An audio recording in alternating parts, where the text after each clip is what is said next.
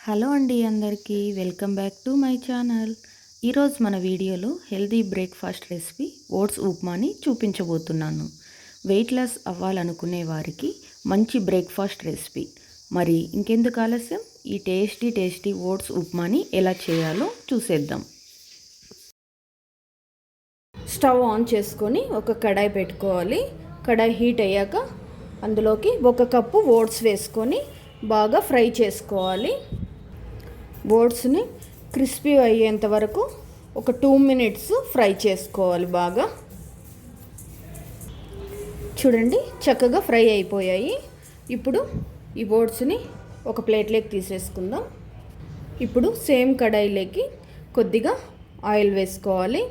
Oil వేడయ్యాక ఆవాలు, జీలకర్ర, మినప్పప్పు, శనగపప్పు కొద్దిగా వేసుకొని ఫ్రై చేసుకోవాలి. ఇప్పుడు ఇందులోకి హాఫ్ ఇంచు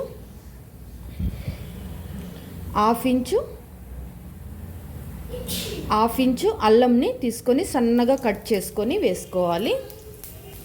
అల్లం ఫ్రై అయింది కదా. ఇప్పుడు ఇందులోకి పచ్చిమిర్చి, ఉల్లిపాయ ఒకటి సన్నగా కట్ చేసుకొని వేసుకోవాలి. ఇప్పుడు ఉల్లిపాయలు బాగా ఫ్రై చేసుకోవాలి. కొద్దిగా కరివేపాకు కూడా వేసుకోవాలి. ఉల్లిపాయ కాస్త ఫ్రై అయింది కదా.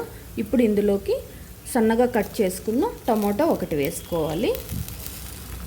టమాటా వేసుకున్నప్పుడే కొద్దిగా పసుపు, రుచికి సరిపడా సాల్ట్ వేసుకొని ఫ్రై చేసుకోవాలి. టమాటా బాగా మగ్గేంత వరకు ఫ్రై చేసుకోండి. ఇప్పుడు టమాటాస్ చక్కగా మగ్గిపోయాయి. ఓట్స్ 1 కప్పు తీసుకున్నాం కదా, 1.5 కప్పు వాటర్ తీసుకోవాలి. వాటర్ని బాగా మరిగించుకోవాలి.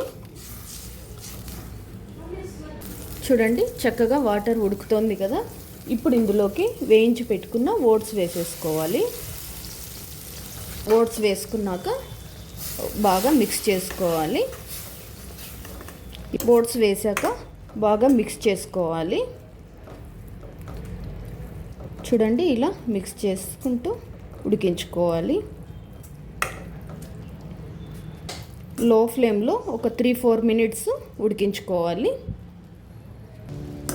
చూడండి, చక్కగా తయారైపోయింది. ఇప్పుడు ఇందులోకి సన్నగా కట్ చేసి పెట్టుకున్న కొత్తిమీర వేసుకోవాలి. కొత్తిమీర వేసాక ఒకసారి మిక్స్ చేసుకొని వేడివేడిగా ఉన్నప్పుడే తింటే చాలా బాగుంటుంది. అంతేనండి, ఓట్స్ ఉప్మా రెడీ అయిపోయింది.